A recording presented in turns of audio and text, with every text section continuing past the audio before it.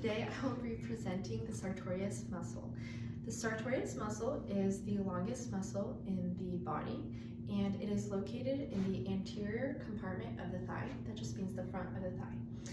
Its shape is strap-like or ribbon-like, and it runs from the hip to the medial side of the knee. And so it is this one, and an up-close version here we have on both sides. It starts here, your outer hip, and travels obliquely or diagonally and connects at the knee. So let's talk specifically about the origin of the muscle and where exactly it starts on the bone, or on the bone, the skeleton.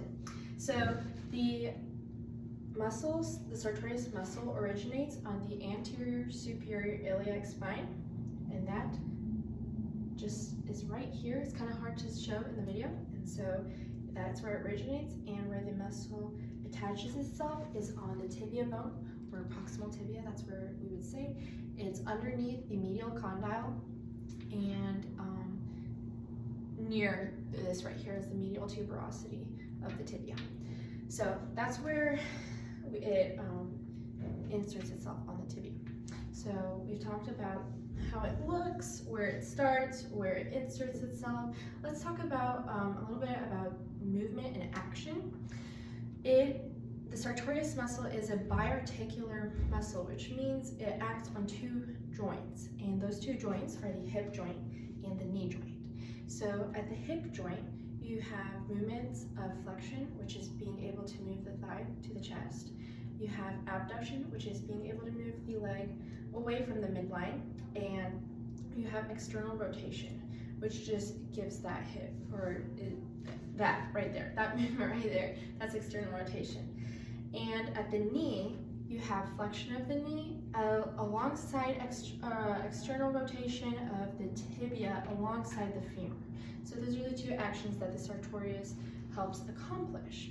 With that, a big movement that we are thinking is crossing your legs is a big thing that when you think of the Sartorius muscle, but it's also known as a tailor's position, because when a tailor who sits and does their work.